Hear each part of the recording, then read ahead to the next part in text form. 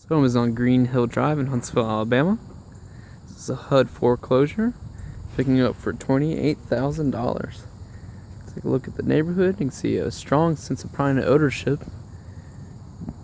This is my favorite house on the block. If you just take a look at this, older gentleman lives here, and he's putting a lot of money into this house. That's a good neighbor to have.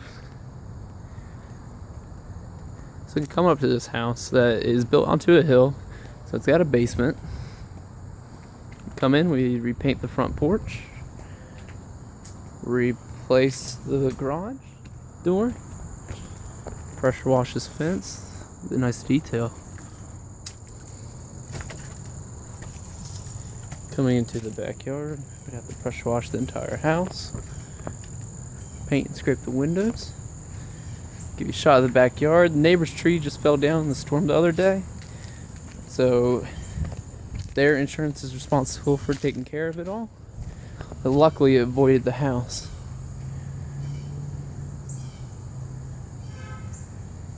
See the older AC unit, it definitely needs to get replaced. Probably a 3.5 ton unit. This home is approximately 1,700 square feet.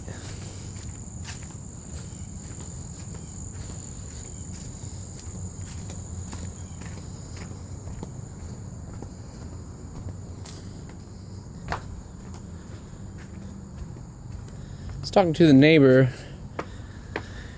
Unfortunately, the previous owner here raised dogs, and so the dogs definitely got the best of the house, I can say. Here you can see how nasty these hardwood floors are. You have to pay a little bit extra just to refinish them, but they can be saved. Shot of the dining room. It's kind of living room den area.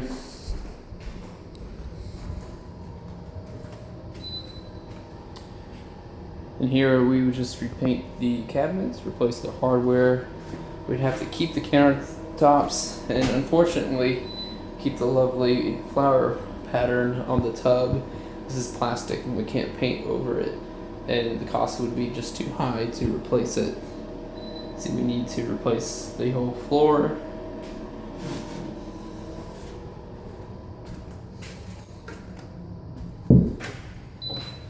There's 2 bedrooms upstairs.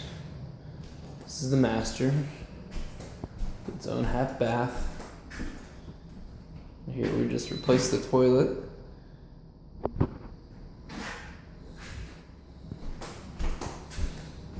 It's bedroom number 2. Some sheetrock repair. Again, redo all these floors.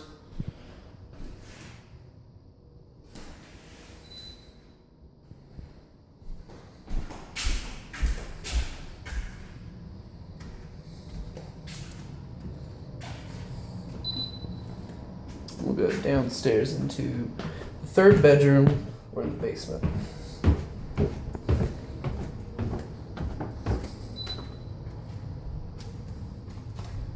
See, come here, we have asbestos tile. Really easy to get up, just costs just a little bit more to handle the hazardous material.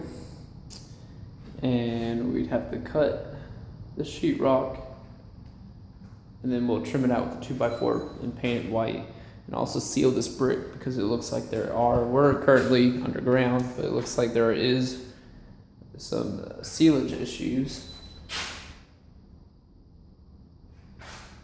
There's the laundry room right there. Can't see, but this is another big bedroom down here. I would just call this the master downstairs. Because we have a full 3/4 bath in there that we can't unfortunately see, but there's a stand-up shower, good space in there. Since there are no windows in that back bedroom right there, we would actually just, well, you see how there's the door right there, we would just call this whole big area a bedroom and keep it open. We'd still have a door there, but we can't call this a family room or anything like that. And we can't call it a bedroom because we're not going to put a closet in there. So we're going to keep the laundry room area open, keep this open, and officially, officially we'll be calling it a bedroom, because we're going to keep these things open, put some shelves in there, keep that open. That can be like an office or study, something like that. But the shelves in there is going to act like the closet, so it's going to be a closet laundry room area. So we can call this a bedroom, and that would make this a 3-bedroom. But I guess technically it's a 2-bedroom because of the windows are missing. Here we see the garage.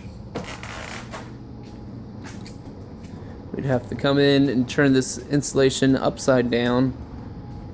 Remove this, of course, paint everything in here. I'd say we could keep the water heater, but we'll test it just to make sure it works.